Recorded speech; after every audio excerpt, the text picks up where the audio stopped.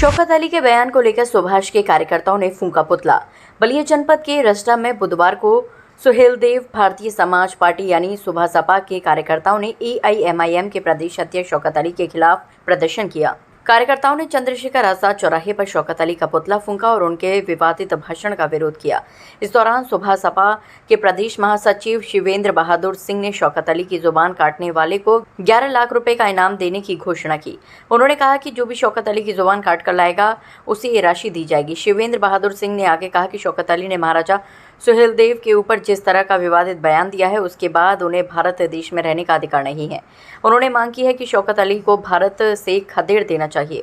प्रदर्शन में जावेद अंसारी, दिनेश राजभर, सदानंद राजभर, अंशु राजभर, आशीष और दिलीप सहित कई कार्यकर्ता मौजूद रहे। बलिया से राघवेंद्र कुमार गौतम की रिपोर्ट।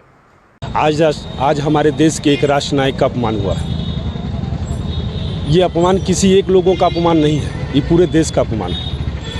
मैं तो इस उत्तर प्रदेश और देश की राजनीति करने वाली पार्टियों से भी कहना चाहता हूँ, क्या जब महाराजा सुहेलदेव का अपमान हो रहा है तो क्या सिर्फ ओम प्रकाश राजभर और सुहेलदेव भारतीय समाज पार्टी ही इसका ठिठा ली है? जो लोग कल लखनऊ के चौक को महाराजा सुहेलदेव के नाम पे कहते थे कि जब हमारी सत्ता आएगी तो हम मूर्ति लगवाएंगे, आज वो समाजवादी पार्टी के मुखिया का मुँह में से एक शब्द नहीं निकल रहा है कि महाराजा सुहेलदेव का अपमान हो रहा है। बहुजन समाज पार्टी के मुखिया के भी सब मुँह से एक शब्द नहीं निकल रहा है जब हमारे राष्ट्र नायक महाराजा सुहेलदेव का अपमान हो रहा है। कांग्रेस पार्टी के मुखिया के एक शब्द नहीं निकल रहा है कि हमारे आज राष्ट्र नायक महाराजा सुहेलदेव का अपमान हो रहा है। इससे सिद्ध होता है कि ये जितने भी विपक्ष की पार्टियां हैं ये लोग सिर्फ वोट की राजनीति करते हैं और आज एक महापुरुष के इस देश के महापुरुष का अपमान हो रहा है तो ये लोग मौन साधे हुए हैं। इसका समय आएगा, इसका उचित जवाब दिया जाएगा।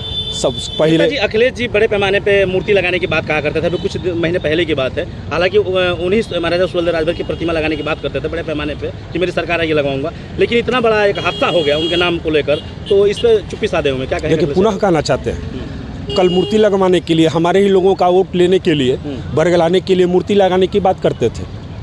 आज हमारे महापुरुष राष्ट्र नायक का एक अपमान हुआ, एक शब्द उनके मुंह से नहीं निकला। कोई ट्वीट नहीं आ रहा है, कोई ट्वीट नहीं आ रहा है। अरे ये क्या ट्वीट करेंगे? ये तो अपनी पत्नी का सम्मान नहीं बचा पाए तो आज हमारे देश के राष्ट्र नायक का सम्मान कैसे बचा पाएंगे? मैं आपके माध्यम से कहना चाहता हूँ यह लड़ाई और आर और पार की होगी। मैं आपके माध्यम से कहना चाहता हूँ आर की लड़ाई होगी, आर पार की लड़ाई होगी। और इसका जवाब भी दिया जाएगा, निश्चित जवाब दिया जाएगा। और आपके मीडिया बंधु के माध्यम से मैं कहना चाहता हूँ कि इस दुराचारी शौकत अली का जो जबान काट के लाएगा हमारे तरफ से 11 लाख रुपया उसको नगद इनाम दिया जाएगा।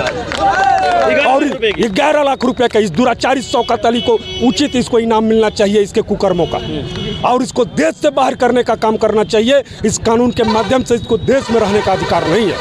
देश और समाज कभी माफ नहीं करेगा, नहीं, कभी नहीं माफ करेगा।